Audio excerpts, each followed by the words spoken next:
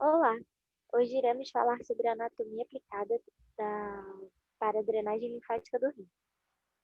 O meu grupo é composto por mim, Milena Ferreira e Robson Cardoso. Pode passar. Bom, iremos abordar nessa aula uma revisão do sistema linfático, generalidades do rim, a sua irrigação, a drenagem venosa e a drenagem linfática desse órgão. E, por fim, comentaremos um caso clínico. Pode passar, por favor. O sistema linfático é basicamente um sistema auxiliar de drenagem que tem como função recolher as moléculas de grande tamanho do líquido tecidual que não passam para capilares sanguíneos. Ele drena o líquido intersticial e, assim, remove resíduos celulares e proteínas de maior tamanho. Dessa forma, concluímos que a sua principal função é devolver as proteínas ao sistema sanguíneo, o que de certa forma é importante para manter a pressão coloide-osmótica do plasma. Pode passar, por favor. O sistema linfático é constituído por capilares linfáticos que dão início no espaço intersticial e possui paredes muito permeáveis, o que permite a entrada de macromoléculas de proteínas e minerais que não seriam absorvidos pelo sistema sanguíneo. Daí, a linfa segue para os vasos linfáticos e destes para troncos linfáticos, que são os de maior calibre, e que, por sua vez, lançam a linfa em veias de médio ou grande calibre. Lembrando que os capilares linfáticos são mais calibrosos e mais irregulares que os sanguíneos, além de serem extremamente abundantes na pele e nas mucosas. Já os vasos linfáticos possuem válvulas que asseguram o fluxo da linfa numa só direção, ou seja, para o coração. E eles estão ausentes no sistema nervoso central, na medula óssea, nos músculos esqueléticos e em estruturas avasculares. Pode passar, por favor. O sistema linfático é bastante parecido com o sanguíneo, porém apresenta suas particularidades. Apresenta capilares linfáticos com terminações em fundo seco, não possui um órgão central bombeador e ele apenas conduz a linfa para vasos mais calibrosos que desembocam principalmente em veias do pescoço. Em comparação ao sistema sanguíneo, ele é caracterizado como um sistema aberto. Além disso, ele é caracterizado pela presença de estruturas chamadas de linfonodos. Pode passar, por favor. Essas estruturas chamadas de linfonodo estão interpostos nos trajetos dos vasos linfáticos e agem como uma barreira ou filtro contra a penetração na corrente sanguínea de micro-organismos, toxinas ou substâncias estranhas ao organismo. Os linfonodos são centros encapsulados de apresentação de antígeno e ativação, diferenciação e proliferação de linfócitos. Eles geram células B e T maduras, preparadas para antígeno e filtram partículas, inclusive micróbios, da linfa pela ação de numerosos macrófagos fagocíticos. Os linfonodos são particularmente numerosos no pescoço e no mediastino, parede abdominal posterior, mesentérios abdominais e pelve. São abundantes nas regiões proximais dos membros, ou seja, na axila e na região inguinal. Eles também podem estar em conjunto ou isolados. E como reação a uma inflamação, o linfonodo pode se entumecer e tornar-se doloroso, fenômeno conhecido como íngua. Vou fazer agora esse fenômeno. Pode passar, por favor. O fluxo da linfa é relativamente lento durante a inatividade de um órgão ou de uma área. A atividade muscular pode torná-lo mais rápido e regular, assim como também o peristaltismo e os movimentos respiratórios. E o fluxo da linfa também possui é pouco influenciado pela pressão arterial. Pode passar. Bom, agora a nossa proposta é falar um pouco sobre generalidades do rim. Começaremos falando sobre a posição anatômica dele no corpo, seguida de uma função fisiológica. Iremos fazer isso a partir da percepção e da interpretação da imagem que nós temos aqui. Pois bem, o que nós já podemos visualizar aqui é a coluna vertebral. Nós temos a presença de T10, T11, T12 e suas respectivas costelas na direita e na esquerda. Temos a presença da L1, L2, L3, L4 e L5. Lado direito, ainda mostrando a cavidade abdominal, a cavidade torácica, perdão, temos a pleura parietal, abaixo dela o músculo diafragma e anterior ao rim temos o colo ascendente. E posterior ao rim nós temos a presença do músculo ilho-psoa maior. E aqui abaixo o músculo glúteus máximo. Na esquerda temos o músculo latíssimo do dorso, os músculos oblíquo externo do abdômen e temos o músculo oblíquo externo do abdômen aqui e o músculo cirrátil posterior inferior aqui. O músculo eretor da espinha e o glúteos máximos também, só que na esquerda. Aqui nós temos a primeira afirmação, que é a posição entre a 11ª costela e a terceira vértebra lombar. Primeira, segunda, terceira vértebra lombar, tanto na direita quanto na esquerda. Uma observação que, na 11ª costela, na borda inferior da 11ª costela, tangencia a parte mais cefálica do rim esquerdo, e essa não é a mesma realidade do rim direito. Falando agora sobre um pouco sobre equilíbrio osmótico, os rins eles são responsáveis pelo equilíbrio osmótico dentro das células e dentro dos tecidos através do controle dos sais. E também em relação ao balanço hídrico, fazendo, se necessário, a excreção do excesso de água. Aqui temos a mesma proposta, uma fala a respeito da posição anatômica do rim, outra fala a respeito da posição, da função fisiológica do rim, e uma imagem para que nós possamos interpretar tanto essa localização. Então, nós temos aqui o músculo diafragma, temos aqui o esôfago representado, as glândulas suprarrenais esquerda e direita, o rim esquerdo e o rim direito. Temos aqui o músculo transverso do abdômen esquerdo e direito, o músculo ilíaco esquerdo e direito. Temos aqui também a representação do reto e da bexiga urinária. Temos aqui a representação da veia cava inferior na sua parte abdominal, que se divide, que se biforca em veia ilíaca comum direita e veia ilíaca comum esquerda. Da mesma forma, essa aorta, na sua porção abdominal, que se divide em artéria ilíaca comum direita e artéria ilíaca comum esquerda, perdão, e artéria ilíaca comum direita. E aqui nós temos a primeira fala, que é órgão retroperitoneal. Isso quer dizer? Quer dizer que os rins eles são localizados na parte posterior do peritônio do abdômen. A parte fisiológica aqui representada, excreção de produtos finais do metabolismo. Sabemos que o sangue ele vem pela parte descendente da aorta, vem nas artérias renais, entram dentro dos rins e são filtrados nos linfonodos.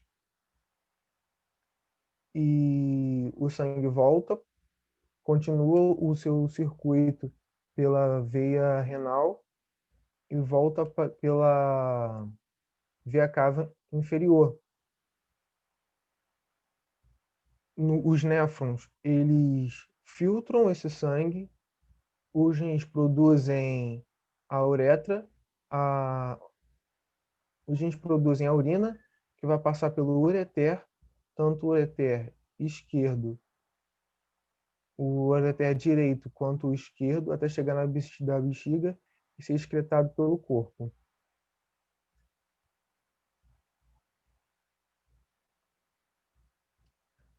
Falando agora um pouco sobre irrigação, nós temos aqui, mais uma vez, a parte abdominal da aorta,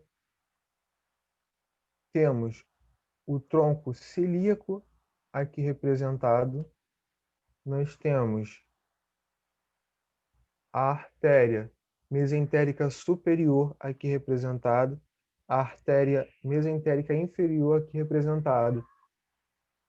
Aqui no início da artéria mesentérica superior, lateralmente na aorta, temos a artéria renal direita e a artéria renal esquerda. Fazendo uma breve observação que a artéria renal direita ela é mais longa do que a esquerda, devido à localização da veia cava inferior. Então, a artéria renal direita ela sai lateralmente da aorta, passa posteriormente à veia cava inferior e entra nos rins.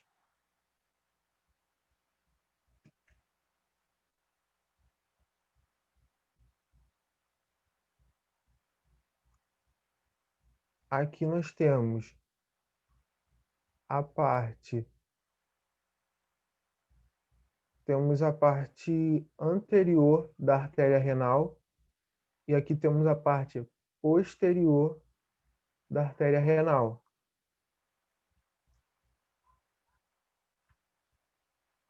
Aqui temos a artéria segmentar superior, a artéria segmentar anterosuperior, a artéria segmentar anteroinferior, a artéria segmentar inferior e temos aqui a artéria segmentar posterior. Ressaltando que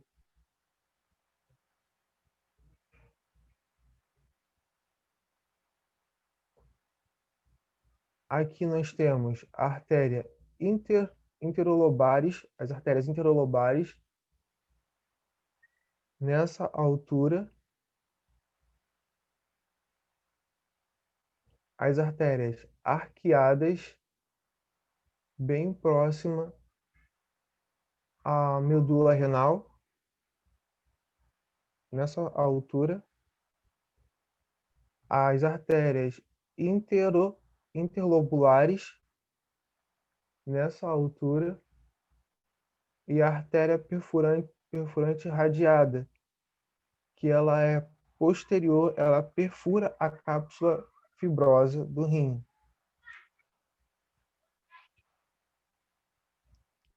Agora vamos dar seguimento à drenagem venosa, que se inicia a partir de finas radículas das terminações venosas dos plexos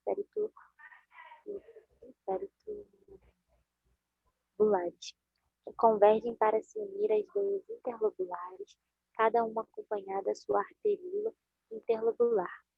Muitas dessas veias interlobulares iniciam-se abaixo da cápsula renal fibrosa pela convergência de várias outras veias satélites, que são responsáveis por drenar as zonas mais superficiais do córtex renal. Depois, essas veias interlobulares passam para a junção córtico-medular e também recebem alguns vasos retos ascendentes antes de terminar nas veias arqueadas, que também acompanham as artérias arqueadas, e elas se anastomosam com veias vizinhas. As veias arqueadas drenam para as veias interlobares, que se anastomosam e formam a veia renal. As grandes veias renais se localizam anteriormente às artérias e drenam na veia cava inferior, quase em ângulo reto. Pode passar, por favor. Agora eu vou descrever um pouco as diferenças entre os rins. No caso do rim esquerdo, A veia renal esquerda, ela tem 7,5 centímetros, ou seja, ela é 3 vezes maior que a veia renal direita, que tem apenas 2,5 centímetros. Essa veia renal esquerda corre de sua origem no hilo renal, posteriormente à veia esplênica e ao corpo do pâncreas, e, e depois cruza a aorta anteriormente, imediatamente abaixo da origem da artéria mesentérica superior. A veia gonadal esquerda drena a borda inferior, enquanto que a veia suprarrenal esquerda drena em sua borda superior, próximo à linha mediana. Por fim, a veia renal esquerda drena na veia cava inferior, um pouco mais superiormente que a direita. Já no rim direito, a sua veia renal está atrás da porção descendente do duodeno e algumas vezes da parte lateral da cabeça do pâncreas. E ela é muito caracterizada por ser menor que 1 centímetro. Também acaba drenando por fim na veia cava inferior. Pode passar, por favor. Falando agora um pouco sobre drenagem linfática do rim propriamente dito, nós vamos ter capilares, pré-coletores e coletores representados nessa posição, nessa altura da imagem, que à medida que forem passando de capilares para pré-coletores, coletores, vasos linfáticos e tronco, o calibre vai só aumentando, como já foi citado anteriormente. Então, nós vamos ter capilares, pré-capilares, coletores, novamente, sendo representados nessa altura, até que eles aumentem o calibre e se tornem vasos linfáticos, e de vasos linfáticos eles vão se tornar troncos linfáticos. Troncos linfáticos, tronco lobar esquerdo, aqui representado no rim esquerdo, e ele vai drenar para a cisterna do quimo, que recebe a linfa da parte inferior do corpo humano, que vai drenar para o ducto torácico, e esse vai drenar para o ângulo venoso, que é composto da veia jugular e a subclave. Da mesma forma, o rim direito vai drenar o tronco lobar direito, aqui representado, o esquerdo está representado aqui, vai drenar para o ducto torácico e esse para o mesmo ângulo venoso citado no rim esquerdo.